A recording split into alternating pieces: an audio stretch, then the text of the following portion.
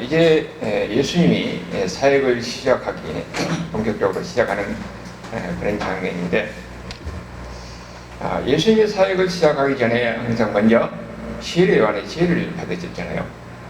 근데 세례 요한의 세례를 받은 것은 예수님이 우리와 같은 죄인의 모습으로 이제는 사역을 시작하는 겁니다. 예수님이 우리의 모든 죄를 짊어지고 가시는 그 예수님의 발걸음이 시작되는 거죠. 근데 여기 보니까 요한이 잡힌 후 그랬어요. 근데 세례 요한은 자기 사역이 어떤 사역이었어요? 예수님이 오심을 준비하는 사역이었어요. 예수님의 오심 가운데서 예수님을 증거하고 또 모든 사람들에게 예수님의 오심을 이야기하면서 그들이 예수님 맞을 준비를 하라고 그렇게 말씀하셨습니다. 그리고 이제 예수님 오셔서 예수님에게 세례를 베푸시고 그리고 이제 자기의 사역은 끝나는 거예요. 그리고 요한복음에 보면은 이 세례 요한이 헤롯에 의해서 죽음을 당하는 그런 장면이 나옵니다. 그러니까 예수님이 본격적으로 사역을 시작하기 전에 세례 요한은 결국은 죽음으로써 끝나는 거죠. 우리가 하나님의 사람 거룩한 세례 요한이 죽음의 과정을 통해서 예수님이 하나님의 사람 예수님이 어떻게 사실 것인가, 어떻게 죽음을 맞을 것인가 하는 것을 보여주는 거죠. 그러면서 세례 요한은 죽음을 통해서 이제는 예수님을 통해서 새로운 시대가 열렸다 하는 것을 우리에게 보여주고 있는 겁니다. 오늘 바로 본문의 내용을 보면은 두 부분으로 나눌 수가 있어요. 예수님이 복음을 증거한 갈릴리 사역에 시작하는 장면과 제자들을 부르시는 장면이 나오는데, 먼저 보면은 예수님께서 갈릴리 사역을 시작하는데 복음을 증거하는 갈릴리에서 복음을 증거하는 사역이 시작되는 거예요. 예수님의 사역을 항상 크게 네 부분으로 나눌 수가 있습니다. 초기 유대 사역이 있고, 전기 갈릴리 사역이 있고, 후기 갈릴리 사역, 그리고 후기 유대 사역이 있어요. 초기 유대 사역과 후기 유대 사역은 요한복음에서만 나와요. 그리고 이제 주로 예수님께서 사역하시는 곳이 갈릴리 지역에서 사역을 하십니다. 근데 갈릴리 사역을 그로 전기와 후기로 나누는데, 그 분기점이 어디냐면은 베드로의 신앙 고백이 있습니다. 주는 그리스도시요 살아계신 하나님의 아들입니다. 갈릴리 전기 사역은 뭐냐면은 예수님은 대중들을 향해서 그들에게 설교를 하시고 가르치시고 기적을 행하시고 그렇게 대중들 향해서 말씀을 선포하시고 그럽니다. 그리고 이제 갈릴리 후기 사역에는 이제는 제자들을 중점적으로 가르치는 거예요. 제자를 향해서 예수님이 고난을 받으시고 죽으실 것이다. 그리고 마지막 심판에 대해서 이야기를 하십니다. 이런 예수님의 사역을 지금 예수님이 어떻게 했어요? 지금 유대 광야에서 시험을 받으시고 승리하시고 그리고 이제 갈릴리로 오셨죠. 유대 광야에서 시험을 받으시고 승리하신 과정을 통해서 우리에게 천국이 다시 회복되는 천국에 대한 회복, 에덴에 대한 회복을 우리에게 보여주고 있어요. 그러면서 이제 갈릴리로, 거기서 이제 유대 광야에서 갈릴리로 오면은 거의 굉장한 거리예요. 남쪽에 서쪽까지 가는 것이니까. 근데 그 거리를 오셔서 갈릴리에서 사역을 하셨어요. 우리가 생각할 때 그러죠. 아니, 유대에는 거의 더 많은 사람들이 있고, 거기는 제사장들이 있고, 거기에 유대 지도자들, 이런 사람들이 있는데, 왜 갈릴리로 가셨을까? 갈릴리는 그 당시에 가장 천대받은 곳입니다. 거기는 이방 사람들과 같이 섞여서 있기 때문에 유대인들이 거기를 안 살아요. 여기에 대해서 마태복음 4장에 보면은 이미 예수님이 갈릴리에서 사역하는 것은 예언의 시작, 이미 이사야 9장 1절에서 예언한 이 예언에 그대로 이루어진 것이다. 그렇게 얘기하고 있습니다. 이사야 4장 16절을 보면은 그 얘기가 나와요. 갈릴리가 이미 이방의 스불론과 납달리의 원래가 가장 변방에서 가장 어두운 곳이에요. 근데 이제 예수님 당시에는 그가 바로 갈릴리입니다. 거기는 가난한 사람들, 소외된 사람들, 멸시받는 사람들, 이런 사람들이 있는 곳인 거지. 예수님 바로 그곳에 가서 복음을 전하고 주로 거기에서 사역을 하십니다. 항상 어디든지 복음이 들어갈 때는 가난한 곳, 소외된 곳, 그리고 또한 여러 가지 고통받고 어려운 가운데 있는 곳에 거기에서 복음이 들어가고 거기에서 복음을 전할 때 많은 사람들이 그때 영접하게 되고 그러면서 교회는 흥하게 되고 그리고 지역을 넘어서 세상에서 퍼져나갔던 것이 교회의 역사예요. 그래서 그 오늘 바로 예수님께서 갈릴리에서부터 복음을 증거를 통해서 이야기합니다. 그 어두운 곳에 흑암이 가득한 곳에 빛이 들어온 겁니다. 예수님을 통해서 생명의 빛이 전해진 거예요. 그래서 많은 사람들이 거기에서 복음을 듣고 그들은 희망을 갖고 그리고 이 광명에 하나님의 빛을 보게 되는 거예요. 이렇게 예수님께서 갈릴리에서 이제 사역을 시작하는데 갈릴리에서 사역하실 때 지금 어떤 사역을 했다고 그랬습니까? 지금 하나님의 복음을 전파했다 그렇게 이야기했어요. 근데 그 하나님의 복음이 어떤 것이냐? 15절에 이야기했죠. 하나님 나라가 가까웠으니 회개하고 복음을 믿으라. 예수님이 하나님의 복음을 갈릴리에서 선포하는 겁니다. 그 하나님의 복음이 바로 하나님 나라가 가까웠다는 거예요. 그 하나님 나라의 그 핵심적인 건 무엇이냐? 회개하고 복음을 믿으라 하는 겁니다. 여러분, 우리가 일반적으로 보면은 중국 공부식 때 배울 때에 나라 하면은 뭐가 있어야 됩니까? 영토가 있어야 되고 주권이 있어야 되고 국민 땅이 있어야 되잖아요. 영토, 주권, 영토가 있어야 되고 주권이 있어야 되고 백성들이 있어야 되는 거예요. 국민이. 그런데 지금 예수님은 어떤 분이에요? 하나님 나라의 주권자입니다. 왕 되신 분이에요. 근데 지금 여기는 지금 백성들이 없잖아요.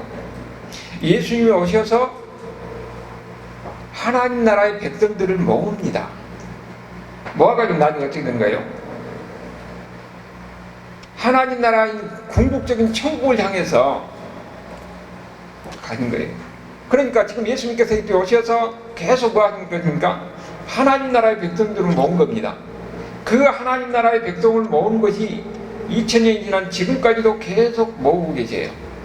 그리고 어느 정도 이제 수가 차지면은 이제는 이 하나님 나라의 백성을 데리고 천국으로 향하는 거예요. 그것을 우리가 모형적으로 어디서 보냐 하면은 출애굽기를 통해서 우리가 볼 수가 있는 겁니다. 출애굽기 될 때 어떻게 되는가요? 야곱의 70명의 자손들이 애굽 땅에 가가지고 애굽 땅에 가서 그런 그 모진 고난 속에서 그들의 장정만 60만이니까 200만 가량의 하나님의 백성들이 만들어집니다. 그리고 모세의 인도하에서 광야를 거쳐 가나안 땅에 들어가잖아요. 가나안 땅은 천국을 상징하는 거예요. 그 안에 시내산에서 그들에게 하나님의 법을 선포합니다. 그게 바로 십계명이고 율법이에요. 예수님이 이 땅에 오셔서 산상순을 하나님의 법을 선포하는 게 산상순이 바로 하나님의 법을 선포하는 겁니다. 이들을 바로 모아서 결국은 가나안 땅에 들어간 것과 마찬가지로 예수님도 하나님 나라의 주권자라서 왕으로 오셔서 하나님의 백성들을 모아서 결국은 하나님의 백성들을 어디로 옵니까? 천국으로 인도하는 겁니다. 그것이 바로 예수님께서 오셔서 하시는 일이에요. 하나님의 백성들을 모으는 일이에요. 그래서 이 하나님 나라가 가까웠으니까 이제는 회개하고 믿으라 이렇게 얘기하는 겁니다. 여러분, 하나님 나라가 가까웠다고 하는데 다른 곳에는 천국은 침노한다고 그랬잖아요. 그러니까 하나님 나라가 왔으니까 이것을 받아들이는 겁니다. 받아들이는 사람이 이거지. 하나님 나라를 받아들이는 것이 믿음이에요. 하나님 나라가 가까웠다. 그러니까 회개하고 믿으라 이렇게 이야기하고 있는 겁니다. 여기서 그런데 회개하고 믿으라고 그랬는데 회개와 믿음은 같이 가는 겁니다. 믿음 안에 회개가 들어있어요. 회개라는 것은 뭡니까? 죄에서 돌이켜서 새 사람이 되는 겁니다. 여러분, 우리가 믿음이라는 것은 항상 회개가 전제가 되는 거예요. 회개가 전제가 되어서 우리가 그 전에 가지고 있던 죄에서 벗어나서 새 사람이 되는 겁니다.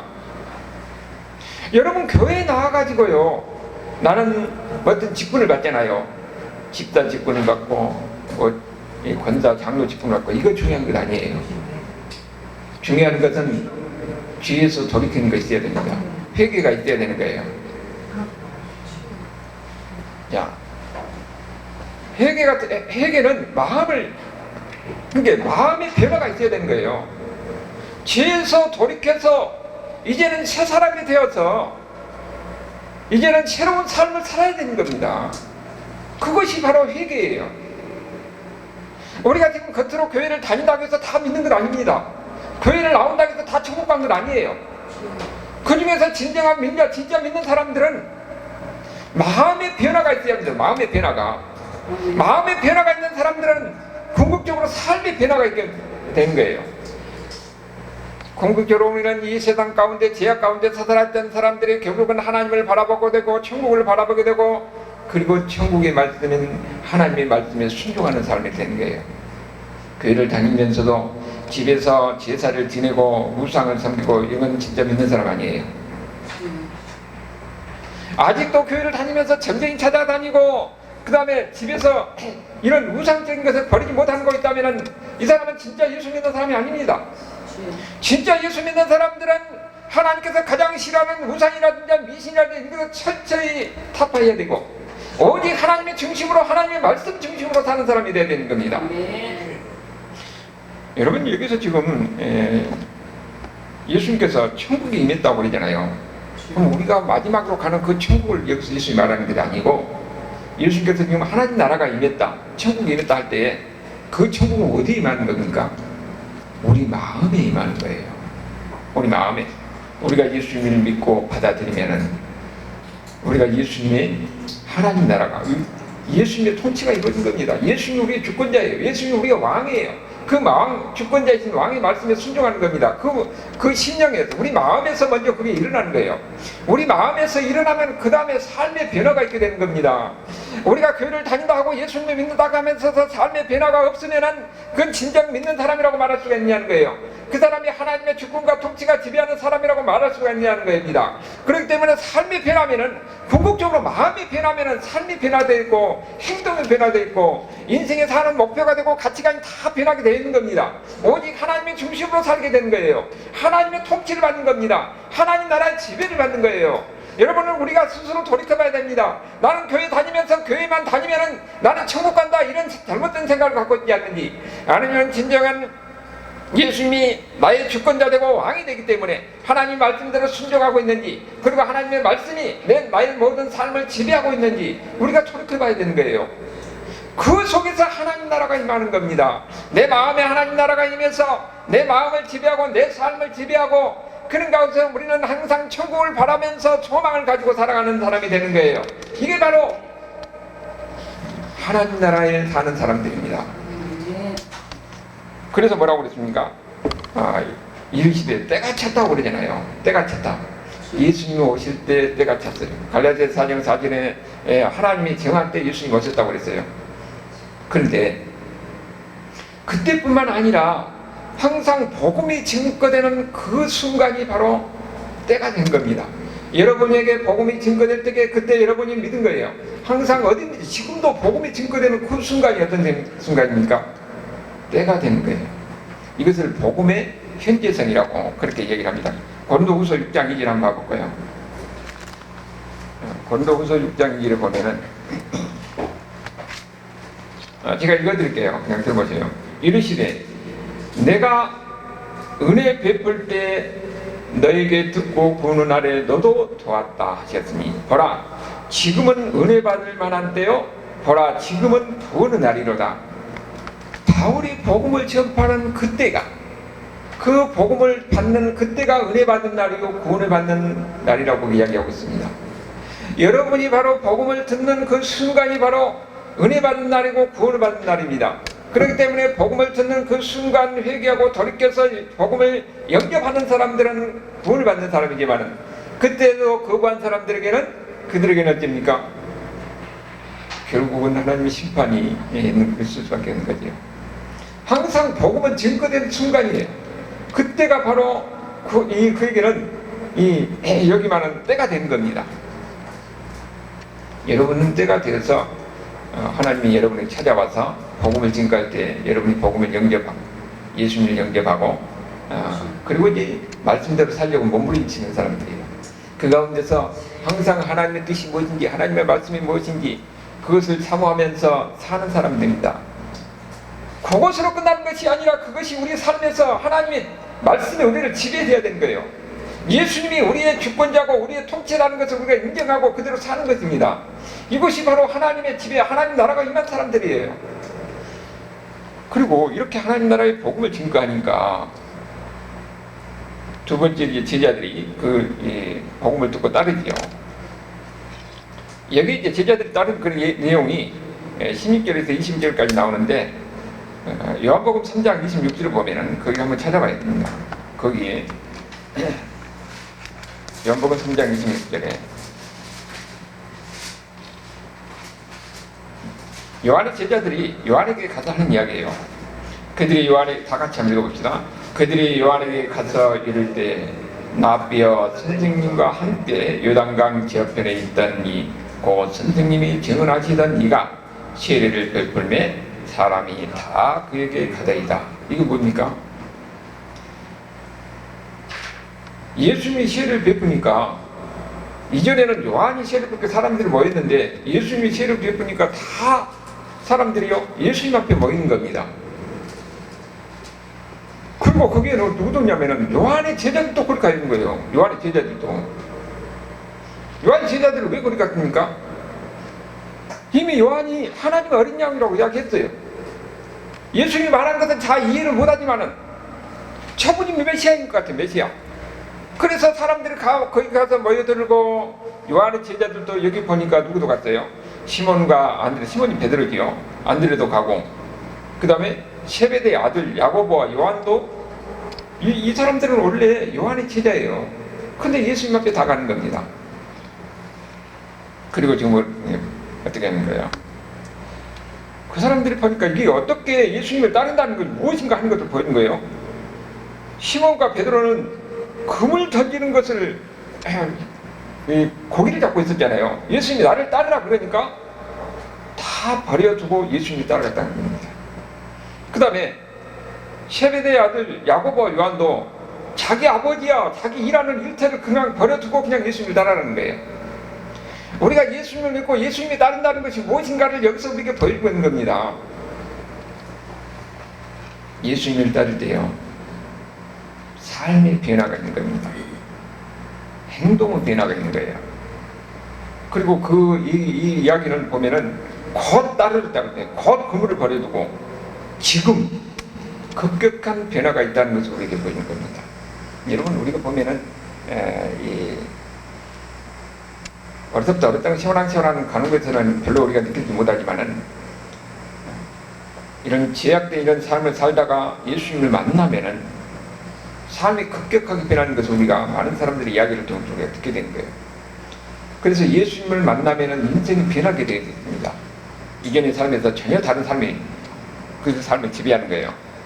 그리고 예수님을 따르는 것이 무엇인가 하는 것을 우리에게 보여주고 있는데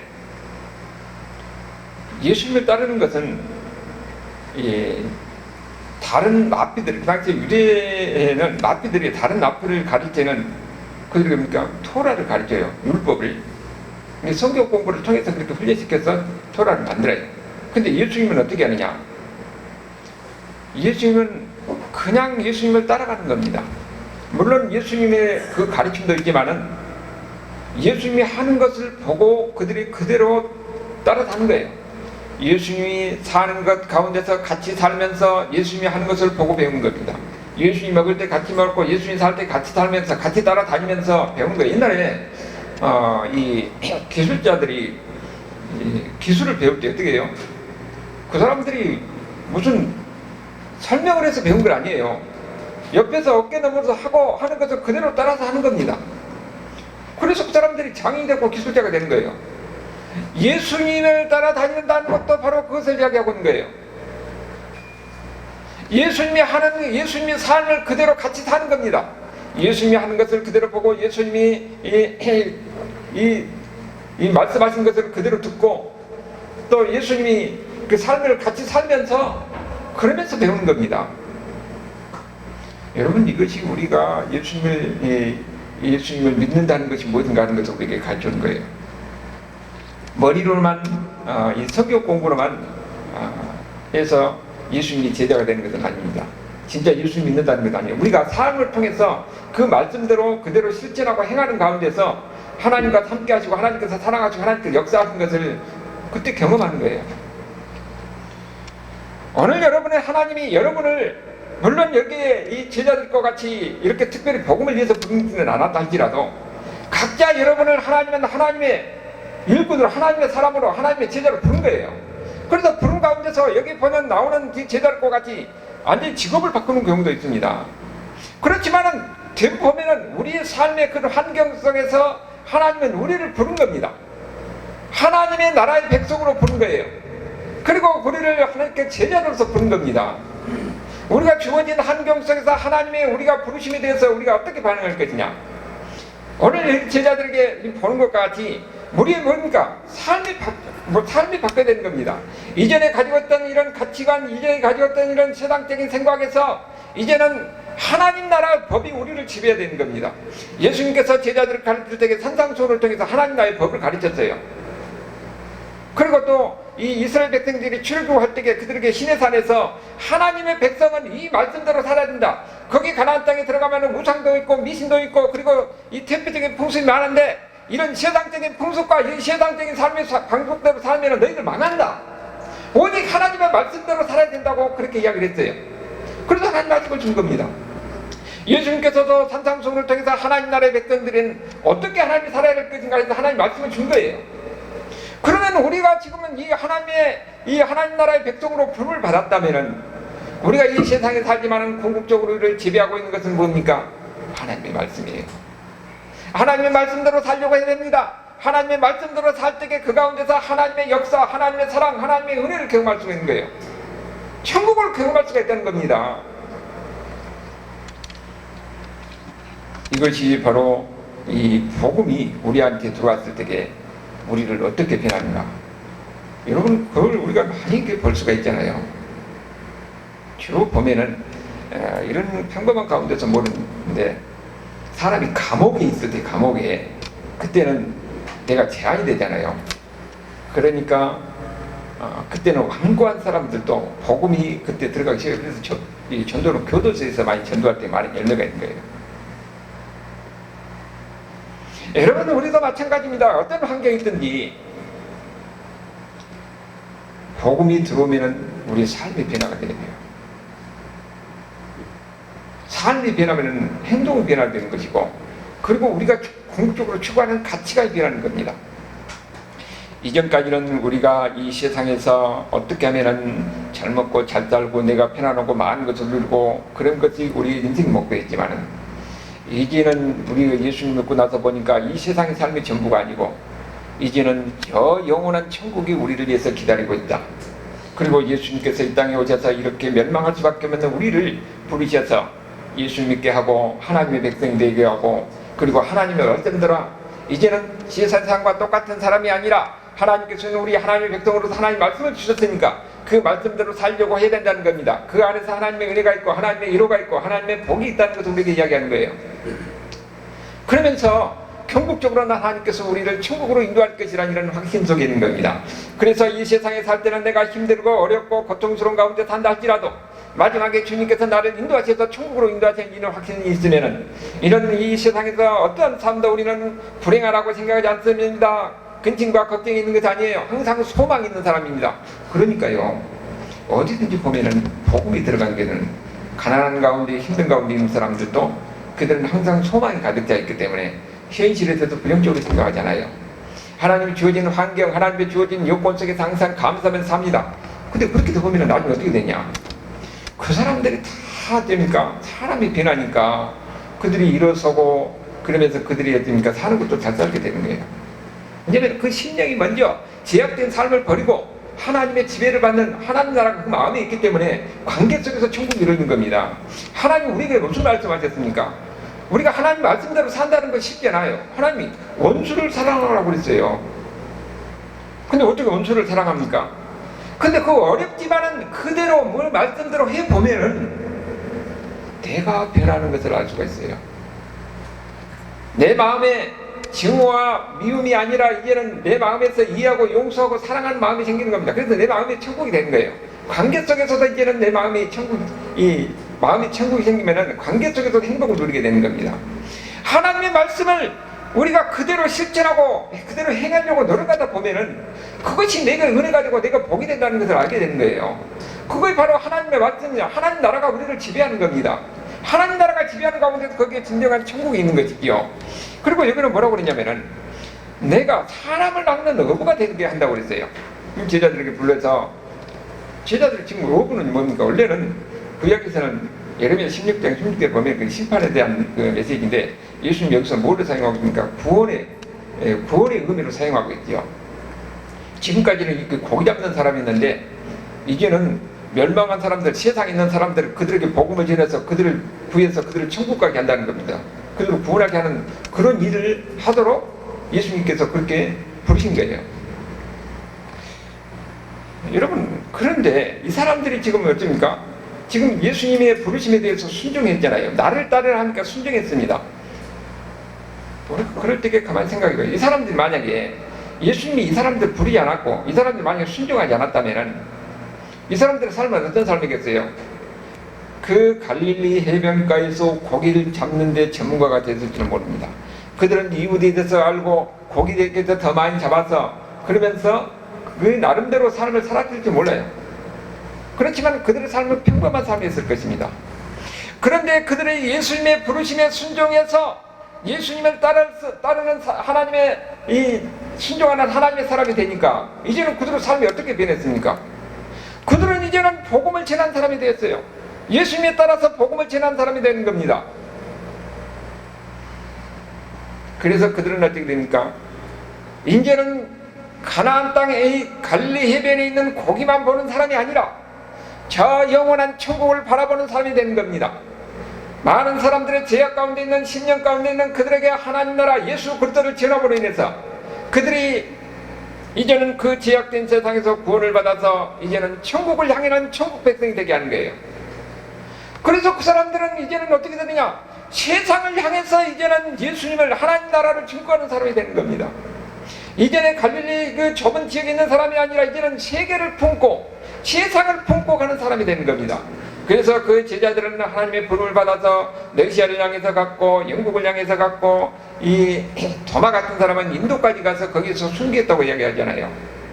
여러분도 하나님이 복음을 대해서 하나님 나라에 대해서 여러분이 순종하고 거기에 대해서 확신하고 말씀대로 산다면은 이제는 우리는 작은 가치관 속에서 사는 것이 아니라 더 영원한 천국을 바라보면서 우리 인생의 목표가 달라지고 우리 삶이 달라지는 겁니다.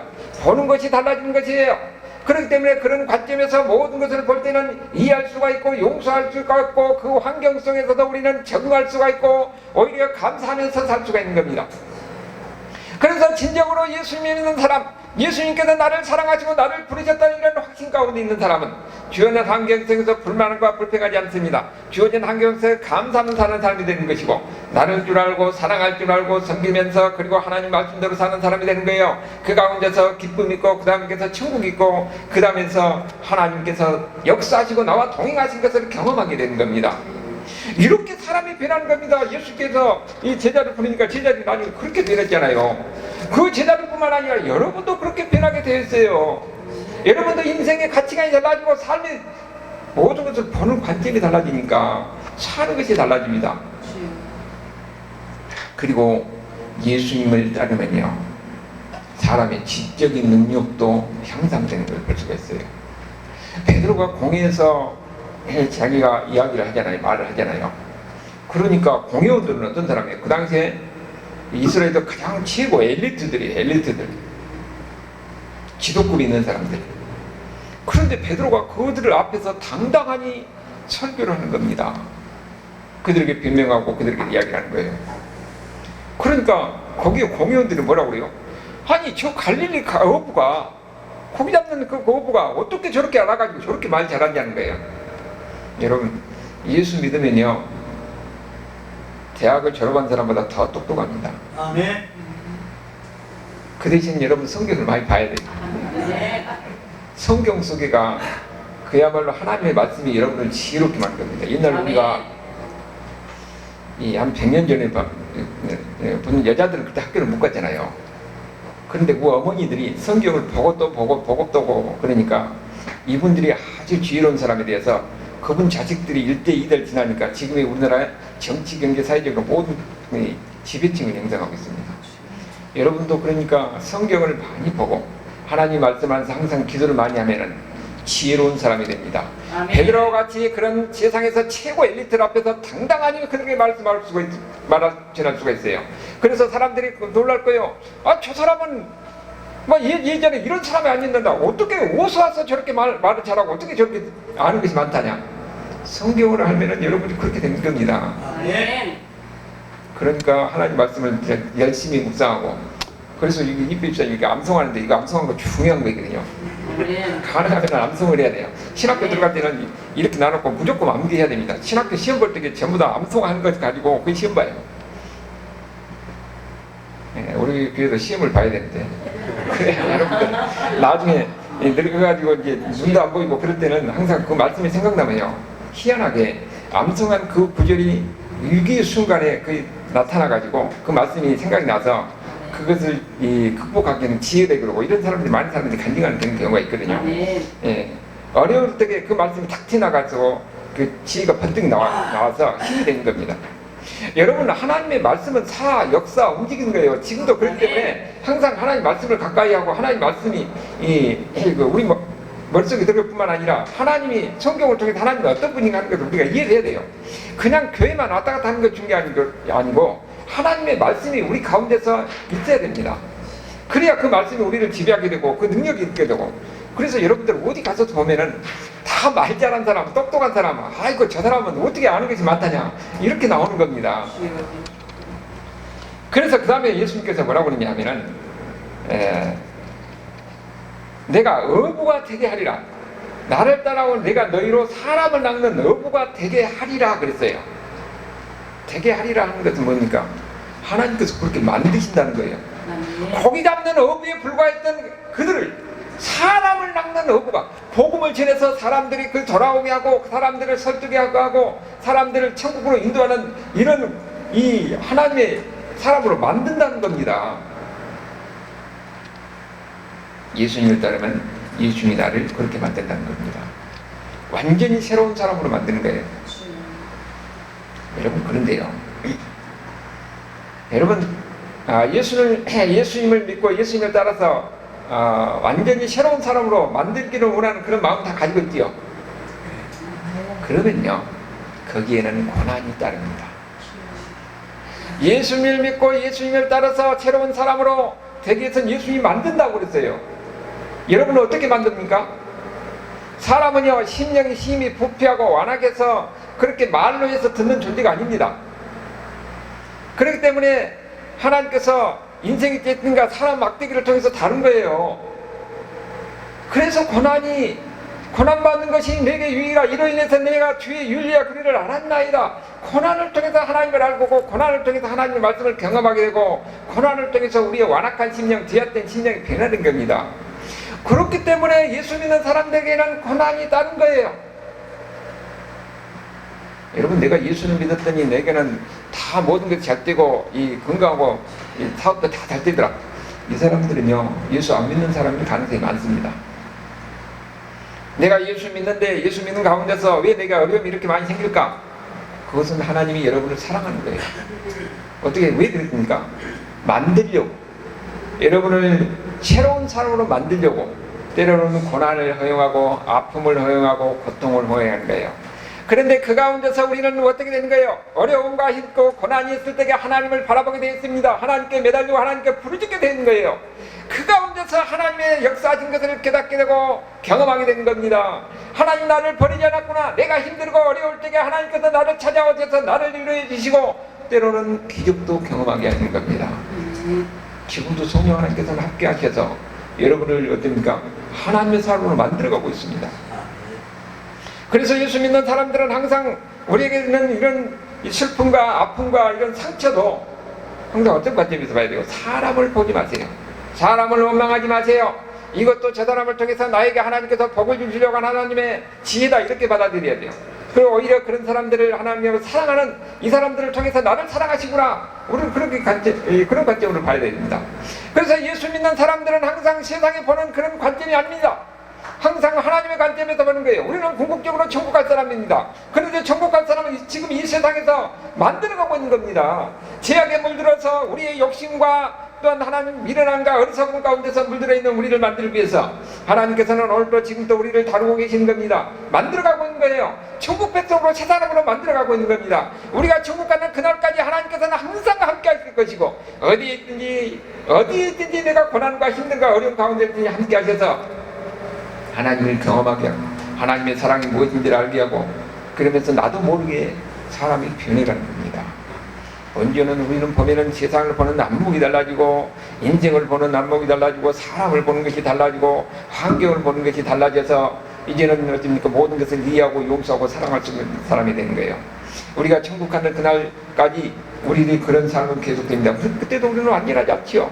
오직 우리는 천국 가서 그때는 완전한 모습으로 보게 될 것입니다. 그러나 한 가지 사실은 하나님께서 나를 사랑하시고 나와 함께 하시고 나를 새 사람으로 만들어 가시고 천국 백성으로 지금도 만들어 가고 있다는 사실, 이 사실 앞에서 우리는 감사하게 사는 것입니다. 여러분이 바로 이런 사람이라는 것을 믿으시고 살아갈 수 있기를 바랍니다. 우리가 예수님을 믿는다는 것은, 예수님을 따른다는 것은 뭡니까? 삶을 새롭게 하는 것이에요. 거기에는 뭐가 있다고요? 항상 이것이 바로 이 회개고 이것이 복음인데, 그렇게 하기 위해서는 우리에게는 고난이 따른다 하는 것을 우리에게 가르치고 있는 겁니다. 우리가 예수님을 따른다는 것은 예수님께 순종하는 거예요. 예수님에 순종하는 것은 예수님 말씀에 순종하는 겁니다. 예수님 말씀에 순종한다는 것은 예수님 말씀이 우리를 지배하는 겁니다. 그것이 바로 하나님의 말씀이 우리를 지배하는 거예요. 하나님의 통치가 있는 겁니다. 이런 하나님 나라의 백성들, 이런 사람 마음속에 뭐가 있는 거예요? 평강이 있는 겁니다. 진정으로 하나님의 말씀이 지배하는 그 사람들의 마음속에 평강이 있는 겁니다. 기쁨이 있는 거예요. 성령께서 함께 하시고 성령께서 충만하게 역사하셔서 여러분 삶 속에서 하나님의 말씀이 지배하고 하나님의 천국이 임하는 이런 하나님의 백성의 삶이 될 수 있기를 주님으로 축원합니다. 아버지 하나님 감사합니다. 오늘도 우리에게 이렇게 하나님의 백성으로서 살아가게 하신 것을 감사합니다. 성령 하나님께서 함께 하시고 충만하게 역사하셔서 하나님 아버지, 이제는 예수 믿고 모두가 다 새 사람이 되어서 천국의 소망을 두고 기쁨과 감사와 찬송이 넘치는 이런 하나님의 백성들의 삶이 될 수 있도록 인도해 주시옵소서. 예수 이름으로 기도합니다. 아멘.